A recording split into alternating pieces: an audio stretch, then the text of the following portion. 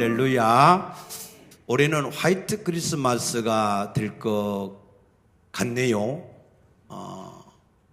오늘 주 안에서 아무튼 여러분들이 복된 성일이 되어지시기를 축복합니다.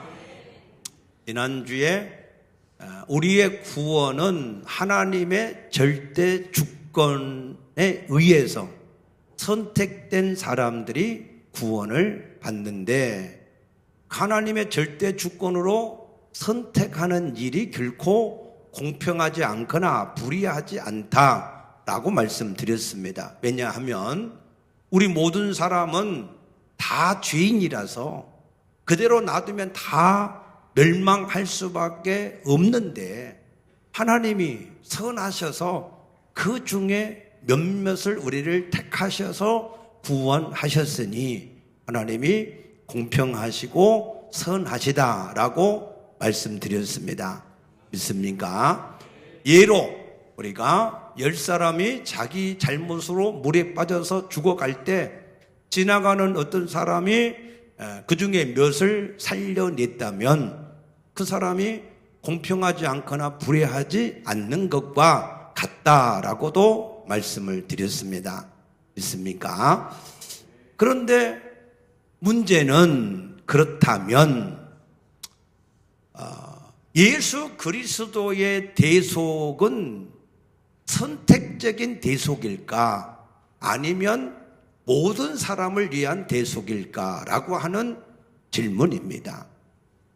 그 질문의 대답은 선택적인 대속이 아니라 모든 사람을 위한 대속이다. 아멘입니까? 왜 그런가 하면은, 제가 성경을 그래도 꼼꼼히 잘 보는 편인데, 저는 성경 한 곳에서도 예수 그리스도가 선택된 사람들을 위해서만 대속하셨다라고 하는 성경 구절을 아직까지 못 봤어요. 혹시 성경을 많이 보시는 여러분께서 그런 구절을 찾으시면 저한테 알려주시면 제가 살해하겠습니다. 그런데 저는 아직까지 발견을 못했습니다. 오히려 에스겔서 18장 32절에 보면은 주 여호와의 말씀이니라 하시면서 죽을 자가 죽는 것도 내가 기뻐하지 아니하노니 너희는 스스로 돌이키고 살지어다 그랬어요. 하나님은 죽는 자가, 마땅히 죄로 인해서 죽는 자가 죽는 것도 기뻐 안 하시는 하나님, 할 수만 있으면 구원하기를 원하시는 하나님이신 것을 믿으시기 바랍니다. 그래서 디모데전서 2장 4절에 하나님은 모든 사람이 구원을 받으며 진리를 아는데 이르기를 원하신다라고 말씀하셨습니다. 오늘 아브라함에게도 12장 3절에 뭐라고 그러셨어요? 땅의 모든 족속이 너로 말미암아 복을 얻을 것이다 라고 말씀하셨고, 또 22장 18절에도 내 씨로 말미암아 천하 만민이 복을 받을 것이다 라고 말씀하셨습니다. 이삭에게도 너로 말미암아, 내 씨로 말미암아 내 자손으로 인해서 천하 만민이 복을 받을 것이다. 야곱에게도 너와 내 후손으로 말미암아 모든 족속이 복을 받을 것이다 라고 연거푸 말씀을 하셨습니다. 그래서 하나님은 구원의 계획이 선택된 일부 사람들만은 구원하는 계획이 아니고, 하나님은 모든 사람이 구원받기를 원하고 계신 것을 믿으시기 바랍니다.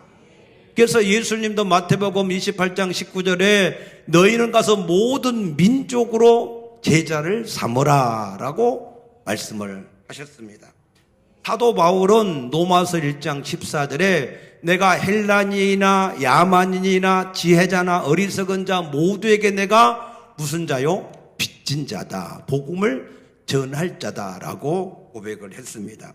그래서 예수 그리스도의 대속은 모든 사람을 위한 대속이요, 예수 그리스도의 대속은 단번에 영원한 모든 사람을 위한 대속인 것을 믿으시기 바랍니다. 그런데 하나님은 그 중에서 그러면 어떤 사람을 선택을 해 가실까라고 하는 거예요. 사도행전 16장 14절에 보면 바울이 빌립보에 가서 복음을 전할 때 이 물가에 앉아있는 여인들에게 말씀을 전했는데, 그 중에 말씀을 듣는 자 중에 루디아라고 하는 여자가 있는데 주께서 그 마음을 열어 듣게 하셔서 복음을 받아들이게 하셨다라고 말씀하셨고, 또 요한복음 6장 44절이나 또 65절에 보면 아버지께서 내게 이끌지 아니하면 아무도 내게 올 수 없다라고 말씀을 하셨습니다. 그러면 하나님은 어떤 사람의 마음을 열어서 복음을 듣게 하시고 어떤 사람을 이끌어서 구원을 얻게 하시느냐라고 하는 질문입니다. 사도행전 13장 46절에 보면 사도 바울이 비시디아 안디옥이라고 하는 곳에 가서 복음을 전할 때에 유대인들이 우리는 영생을 얻기에 합당하지 않은 자로 스스로 그렇게 자처하기 때문에 이 복음을 이방에게로 전하겠다라고 하는 말씀이 있습니다. 그들이 스스로 구원 얻기를 자처했다. 구원 얻지 않기로 자처했다, 그 말입니다. 자기들 스스로. 어떤 사람은 어떤 문제가 있을 때 함께 기도하기를 원했을 때 그 사람 스스로가 나는 뭐 이 문제에 대해서 별로 중요하게 생각도 안 하고 그냥 해결돼도 그만이고 안 돼도 그만이다, 그런 사람하고는 같이 기도할 수가 없지요. 자기의 어떤 문제가 있으면 갈급해서 제발 이 문제를 하나님이 도와주시기를 원한다는 갈급함이 있어야 그래 함께 기도하는 거 아니겠습니까? 맞습니까? 그래서 시편 107편 9절에 보면은 그가 사모하는 영혼을 만족하게 하시고 줄인 영혼에게 좋은 것으로 채워주신다. 아멘. 시편 95편 7, 8절에 보면은 그는 우리 하나님이시요 우리는 그가 기르시는 백성이고 그의 손이 돌보시는 양이기 때문이라 하면서 너희는 오늘 그의 음성을 듣거든 무리바에서와 같이 광야 마사에서처럼 너희 마음을 완악하게 하지 마라, 강팍하게 하지 말라라고 말씀하셨고, 이 말씀을 히브리서 4장 7절에서는 복음을 너희가 들을 때 너희 마음을 너희가 완악하게 하지 않아야 된다라고 말씀을 하셨습니다. 다시 말해서 하나님은 사모하는 영혼, 그 영혼을 구원을 해 가시는 것을 믿으시기 바랍니다. 그래서 예수님도 마태복음 5장 3절에 뭐라고 그랬어요? 심령이 가난한 자는 복이 있나니 천국이 그들의 것입니다 라고 말씀을 하셨습니다. 아멘입니까? 창세기 25장 31절에서 34절 말씀 보면 에서와 야곱이 그 어머니 리브가 태 속에 있을 때에 하나님이 에서는 미워하고 야곱은 사랑했다라고 말씀하셨어요. 그들이 태어나지도 않고 선악간에 아무것도 안 했는데, 그런데 하나님이 에서는 미워하고 야곱은 사랑하셨다. 그런데 그 하나님이 어떤 하나님이요? 전지전능하신 분 믿습니까? 그들이 태어났든 태어나지 않았든 간에 그들이 이미 그들의 모든 시작과 끝을 아시는 전지하신 하나님 믿습니까? 그런데 가만히 보면 그러면 왜 하나님이 에서는 미워하고 야곱은 사랑했냐 하면은 하나님만이 주실 수 있는 장자의 명분, 누가 먼저 태어나고 늦게 태어나고 하는 건 하나님만이 결정하실 수 있잖아요. 하나님만 주시는 복이 장자의 명분입니다. 이 장자의 명분을 야곱은 자기가 힘써서 수은 팥죽을 팔아서라도 그것을 얻으려고 사모했고, 에서는 자기의 육신의 배고픔 때문에 그 장자의 명분을 경홀히 여겼다, 가볍게 여겨버렸다, 그 말입니다. 하나님의 복을 사모하는 야곱을 하나님이 사랑하셨고, 아멘. 하나님의 복을 별로 그렇게 중요하게 여기지 않고 뭐 하나님의 복이 대단하냐 하고 사는 그 사람을 하나님이 내어버려 두셨다, 그 말입니다. 맞습니까? 또 하나님은 어떤 사람을 택하셔서 구원하시는가? 우리 성경, 이게 중요한 말씀이라서 한번 찾아보십시다. 이사야서 57장 15절 우리 한번 같이 보시지요. 이사야서 57장 15절 말씀 보시면, 지극히 존귀하며 영원히 거하시며 거룩하다 이름하는 이가 이와 같이 말씀하시되, 내가 높고 거룩한 곳에 있으며 또한 통회하고 마음이 겸손한 자와 함께 있나니, 이는 겸손한 자의 영을 뭐 하셔요? 소생시키시며 통회하는 자의 마음을 소생시키려 함이라 그랬어요. 하나님은 누구와 함께 하신다고요? 통회하고 겸손한 자와 함께 하기를 원하신다. 그래서 겸손한 자와 통회하는 자의 영을 소생시키신다라고 말씀하셨습니다. 믿습니까? 또 잠언 6장 16절에 보면은 하나님이 싫어하는 것이 17가지가 있는데 그 첫 번째 가장 싫어하는 것이 교만한 눈이다 라고 말씀하신 겁니다. 그래서 야고보서 4장 6절이나 베드로전서 5장 5절에 보면은 하나님은 교만한 자는 대적하시고 물리치시고 오직 겸손한 자에게 은혜를 베푸신다라고 말씀하셨습니다. 그래서 하나님은 겸손한 자, 무슨 능력으로? 전지의 능력으로 겸손한 자를 택하셔서 구원하신다는 거예요. 사도행전 10장 25절에 보게 되면은 이방인 중에서 첫 번째로 구원받은 사람이 고넬료라고 하는 사람인데, 이 고넬료는 이달리아 부대, 로마 부대의 백부장. 그때 당시 로마는 전 세계의 지배국이었습니다. 그러니까 로마의 군사 중에서 이달리아 본국에서 파송된 군사가 있고 현지에서 조달한 그런 군사가 있었어요. 그러니까 이 백부장 고넬료는 어떤 사람이라고요?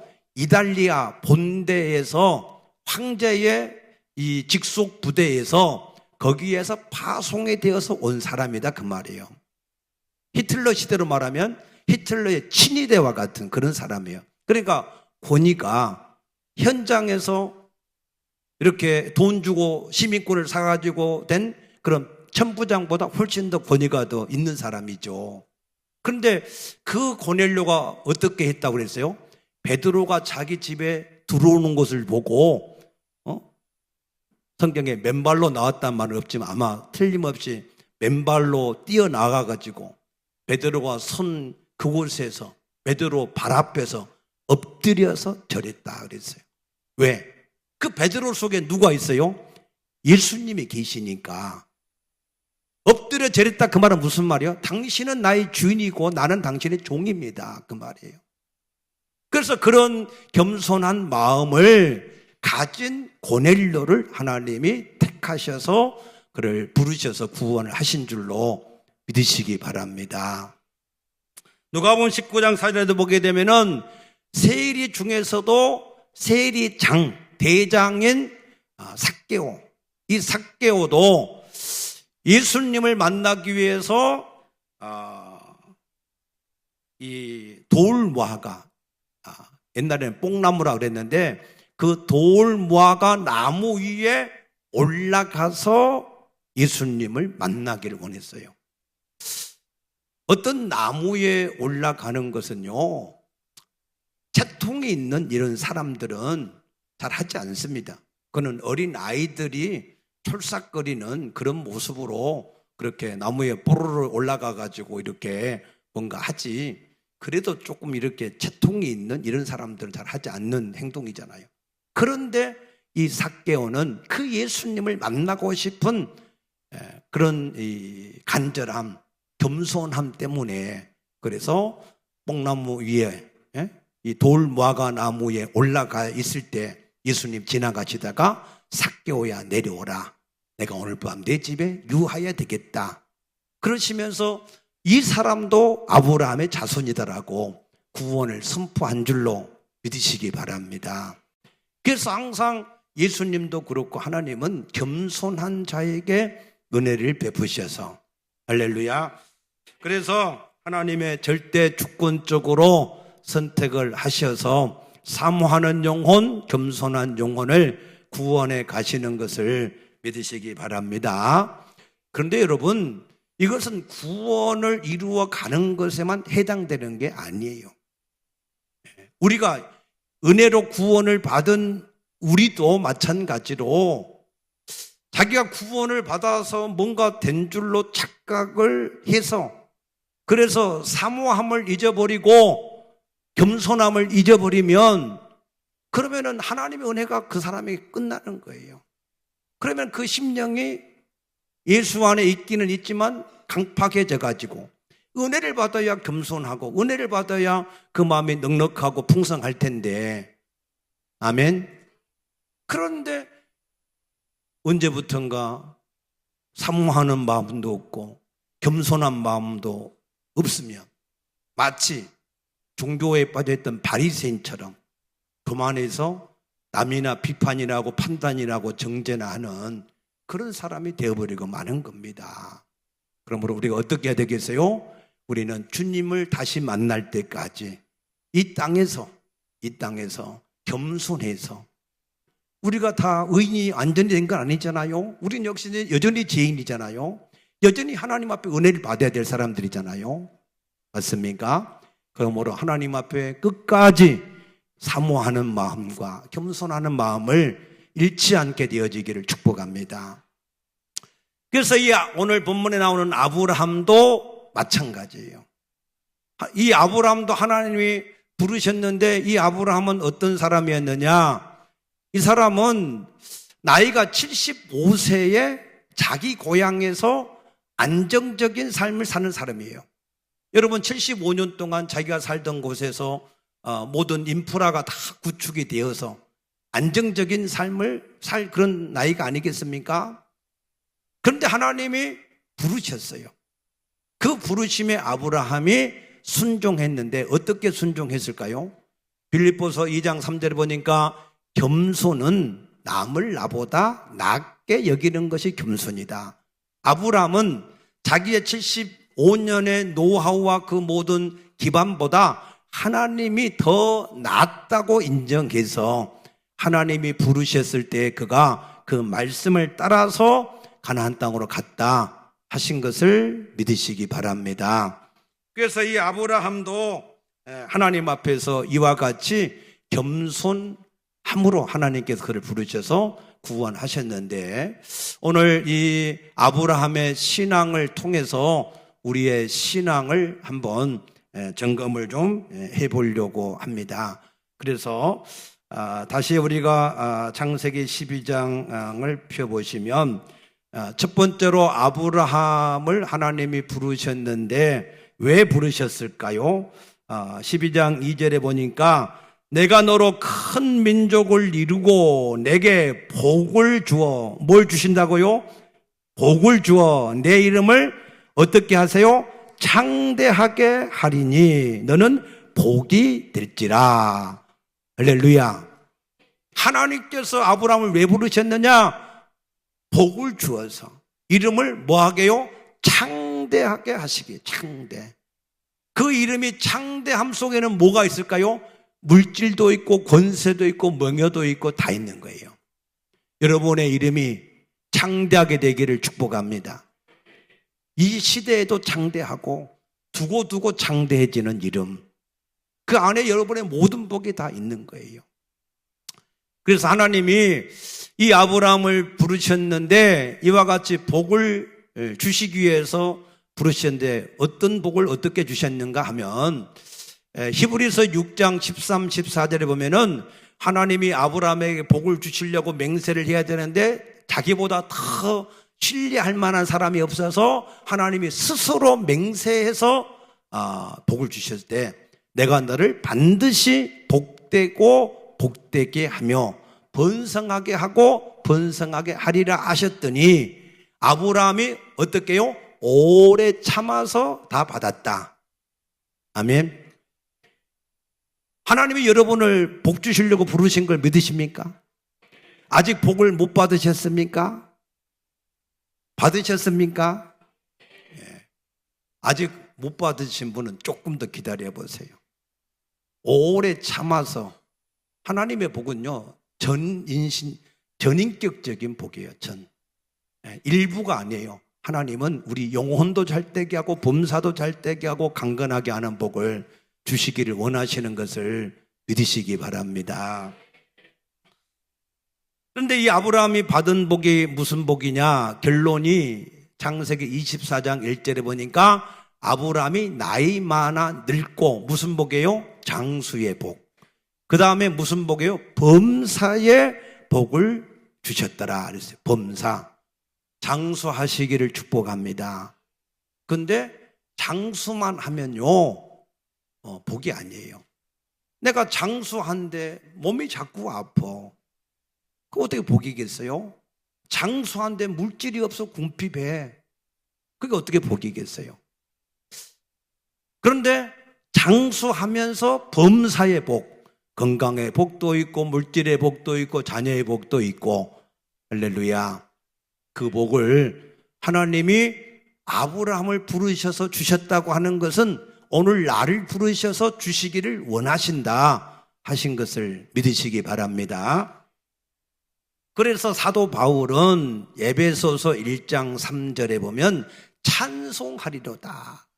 무슨 소리냐면 하나님이 나한테 주신 복을 보니까 놀래서 뒤로 자빠졌다는 거예요.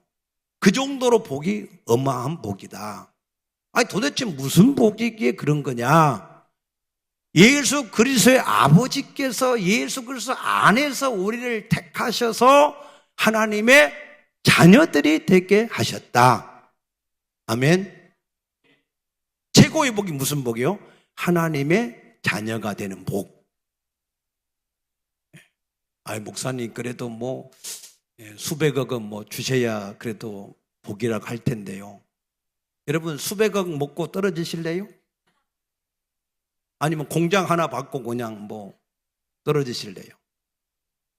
자녀의 복은요 상속의 복이에요. 상속. 아버지의 모든 것을 상속받는 복. 믿습니까? 그래서 에베소서 3장 19절에 너희는 그 하나님의 넓이와 길이와 높이와 깊이가 어떠함을 깨달아 하나님의 모든 충만한 것으로 충만케 되기를 원한다 그랬어요. 여러분 그 은혜를 여러분들이 꼭 사모할 수 있게 되기를 축복합니다.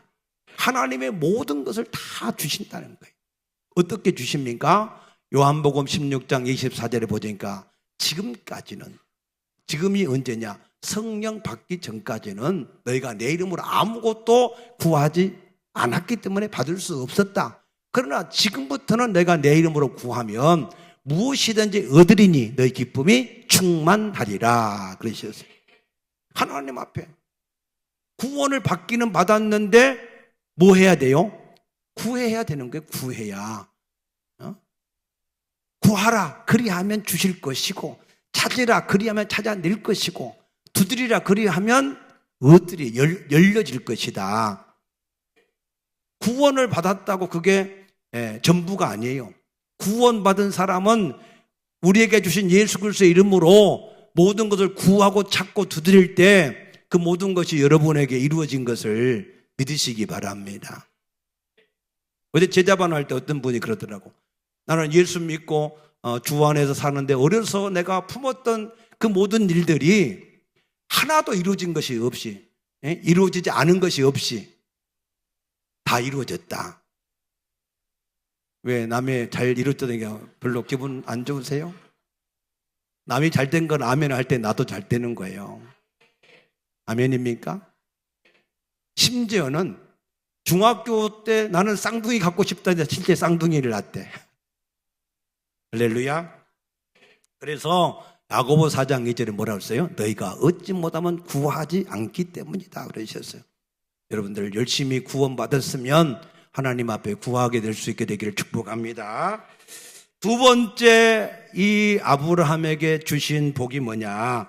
여기 오늘 3절 말씀 보면 너를 축복하는 자에게는 내가 복을 내리고 너를 저주하는 자에게는 내가 저주하리니 그랬어요. 무슨 얘기냐면 이제부터 내가 이 세상의 기준이다. 기준. 너를 축복하는 자를 축복하고 너를 저주하는 자를 저주하겠다는 거예요. 여러분들이 이 세상의 기준인 것을 깨닫게 되시기를 축복합니다. 기준은 자기가 가만히 있으면 미국을 무슨 통화라고 그래요? 기축통화. 걔네들은 돈이 없으면 찍어내면 그게 다 그냥 자기 나라의 돈이야. 그래서 기준이라고 하는 것은 뭐예요? 그 사람이 가는 게 길이야. 가는 게 길이고 그 사람이 하는 일이 하나님의 복이 되는 겁니다. 믿습니까? 그것을 아셔야 돼요. 그래서 마태복음 24장 14절에 보면은 세상 끝에는 기근도 있고 미혹도 있고 환난도 있고 전쟁도 있고 뭐 이런 난리 소문이 있는데 그런 것은 아무것도 아니다. 진짜 세상의 끝은 언제 오느냐? 하나님의 복음이 모든 사람에게 증거된 후에야 끝이 온다. 무슨 말이냐? 하나님의 복음을 가진 사람들이 이 세상의 기준이다 그 말이에요. 믿을 수 있게 되기를 축복합니다.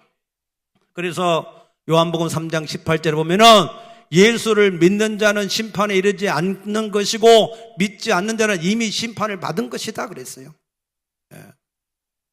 고린도서 5장 20절에 보면 우리가 바로 그 그리스도의 사신이다. 지금은 예수가 세상에 계실 때는 기준이었지만 그러나 지금은 그 예수가 그 속에 있는 사람들, 사신들이 바로 세상의 기준이다라고 하신 것을 믿으시기 바랍니다. 그래서 구약의 역사를 여러분 보세요. 하나님의 복음을 가진 이스라엘 백성들이 출애굽을 해서 갈 때 홍해가 가로막혀 있으면 홍해가 열어져야 돼요. 그들이 기준이니까. 그들이 가야 되니까. 믿습니까? 그들이 가야 되는데 목이 말라 그러면은 바위라도 갈라져서 물을 내야 되고 그들이 배가 고파 그럼 하늘에서라도 만나를 내려야 되고 아멘. 그들이 가야 되는데 요단강이 흘러 그럼 멈춰야 돼요. 그들이 정복해야 되는데 여리고성이 너무 강해 그냥 무너져야 돼요. 그들이 그 가나안 땅을 점령해야 되는데 해가 지려고 그래. 하나님이 해를 멈추게 해달라. 태양아 너는 기브원에 머물고 달아 너는 아얄란 골짜기에 머물러라. 하루 종일 해가 안 내려갔다는 거 아니에요. 여러분 홍해가 갈라지는 거하고요 태양이 멈추는 것은 수준이 달라요.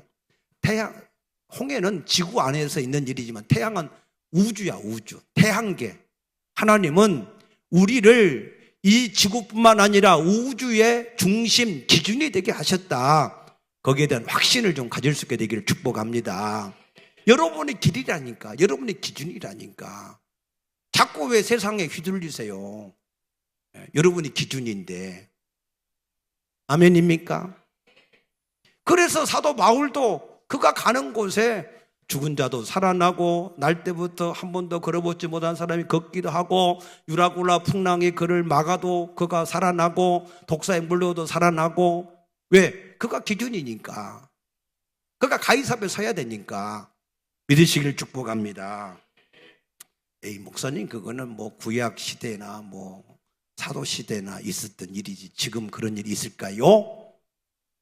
지금 그런 일이 있을까요 여러분? 1954년에 소련에서 이게 시작된 공산주의 사상이 도미노 현상처럼 이렇게 퍼져나갈 때 미국의 아이젠하워라고 하는 대통령이 이 도미노 현상을 막아야 되겠다 할 정도로 이 공산화 물결이 전 세계에 퍼져나갔습니다.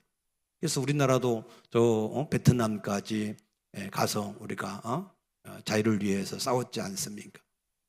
근데 1965년에 인도네시아에서도 이 공산주의 사상을 가진 사람들이 쿠데타를 일으켜가지고 인도네시아를 공산화를 만들려고 준비하고 있을 때 쿠데타 4일 전에 하나님이 티모르라고 하는 작은 마을에 성령을 그냥 물 붓듯이 부으셨어요. 어느 정도였냐면 다른 사람이 그 교회를 보니까 벌겋게 불이 타더라는 거야. 성령의 불이. 그래서 거기는 그때 당시에는 소방관이 없어. 그러니까 불났다 그러면 동네 사람들이 다 바가지 들고 이렇게 이 밖에서 들고 와서 불을 꺼야 돼. 그게 광고를 할 정도예요. 모든 사람이 다 바가지 밖에서에다 물을 가지고 불 끄러 올 정도로. 이거는 마치 모세가 떨기나무에서 불 붙은 것을 봤는데 떨기나무는 타지 않고 불만 있었다라고 한 것과 같은 거예요. 성령의 불이 그렇게 강하게 임했다는 거예요. 믿습니까? 우리 각자에게도 이 성령의 불이 그렇게 한 번쯤 인생에서 한 번쯤은 강하게 임하셔야 돼. 사모하게 되시기를 축복합니다. 강하게 임하셔야 돼. 그래야 새로워져요. 사람이. 그래서 그때 당시에 메리라고 하는 청년을 중심으로 평신도들이 전도에 열정이 생겨가지고 전도하러 막 다니는 거예요. 근데 밀림적에 다니다 보니 거기에는 악어떼도 있고 뱀도 있고 호랑이도 있고, 그때 이 전도팀들이 예수 그리스도 이름으로 명하노니 모든 뱀들은 멈출지다 그러면은 그들이 지나갈 동안에 하나도 그들을 해하지 못하게 되어지고, 아멘.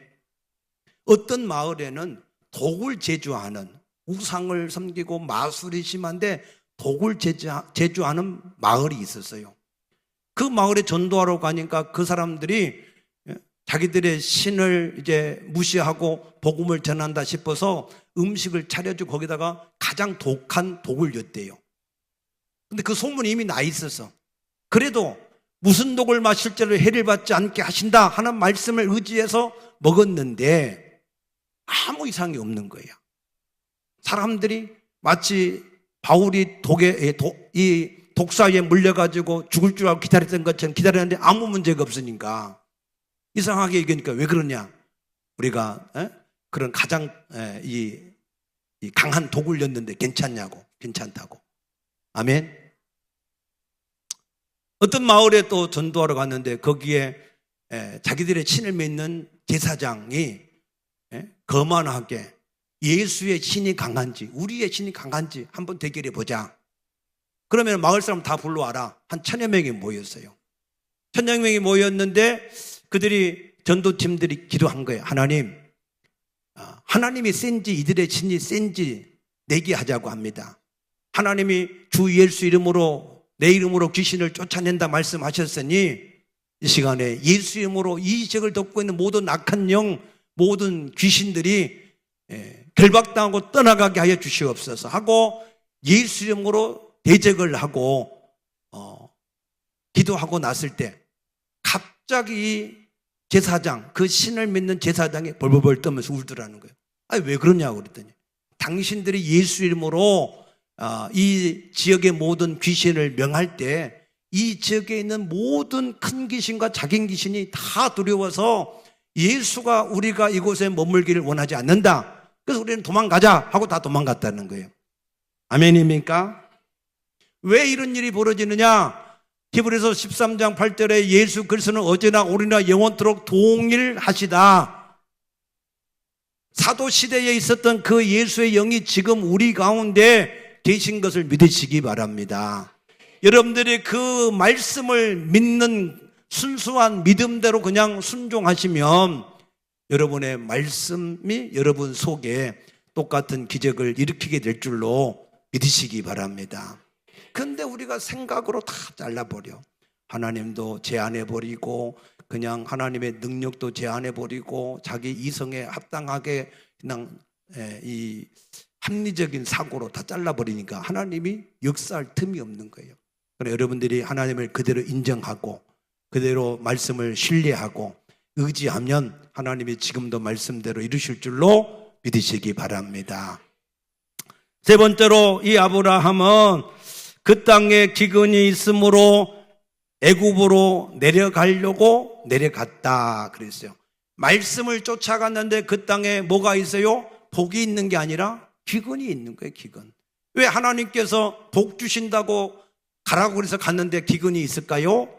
그것은 아브라함에게 하나님만 의지하라고 하는 시험이에요. 시험. 신명기 8장 2절에서 3절 말씀 보면 이스라엘 백성들에게 너희가 이 40년 동안 광야를 걷게 하신 것은 사람의 떡으로만 산 것이 아니라 하나님에서 나오는 모든 말씀으로 살게 하려 함을 알게 하기 위해서. 믿습니까? 그들이 어떤 환경을 만나든지 간에 하나님만 의지하고 나가면 승리한다 하는 것을 알게 하기 위해서 주신 기근이었다 그 말이에요. 그런데 그걸 안 믿고 이 기근이 왔네. 애굽에 보니까 물이 넉넉하고 풍성하네. 애굽으로 도망가자 해서 갔다 그 말이에요. 그런데 가니까 어떻게 됐어요? 아내 다 빼앗겨 버리고 완전히 호레비가 될 신세가 되어진 거죠. 여러분, 배가 항해를 할 때 큰 파도가 오잖아요. 그러면 그 배가 정면으로 그 파도를 향해서 정면으로 쫙 나가면 파도가 쫙 갈려져서 통과가 돼요. 근데 파도를 보고 무서워가지고 아이고 무서워 하고 탁 틀어버리면 파도가 배 옆을 쳐버리면 배가 그대로 전복돼 버리는 거예요. 이해되셨으며? 여러분들이 신앙생활하고 말씀을 따라갈 때 하나님의 말씀대로 순종해 가면 어떠한 세상도 다 열어지게 돼 있어요. 믿습니까? 그런데 무서워서 도망가 버리면 그러면은 전복되는 거예요. 신앙생활은 우리가 하나님만을 의지하고 나가면 세상을 이기게 되어 있다. 믿습니까? 마지막으로 이 아브라함은 가는 곳마다 제단을 쌓았다. 하나님 앞에 예배를 드렸다 그 말이에요. 여러분, 하나님 앞에서 가는 곳마다 여러분 예배하기를 힘쓰시기 바랍니다. 예배에 하나님이 함께 계신다잖아요. 두세 사람이 내려 모인 곳에 내가 함께 할 것이고 두 사람이 합심해서 기도하면 무엇이든지 이루어 주신다. 놀라운 약속이 예배에 있습니다. 여러분, 그러므로 예배를 사모하셔서 하나님 앞에 연말에 아직까지 이루지 못한 일들을 다 해결을 받으시고 또 내년에도 믿음으로 세상을 이기는 삶이 되어지시기를 주의 이름으로 축복합니다. 기도하겠습니다. 아버지 감사합니다. 우리가 아브라함의 믿음을 통해서 다시 한번 우리의 신앙을 어떻게 살아가야 될지를 점검했사오니 듣고 깨달아서 알게 하여 주시옵소서. 감사하며 예수님 이름으로 간절히 기도드리옵나이다. 아멘.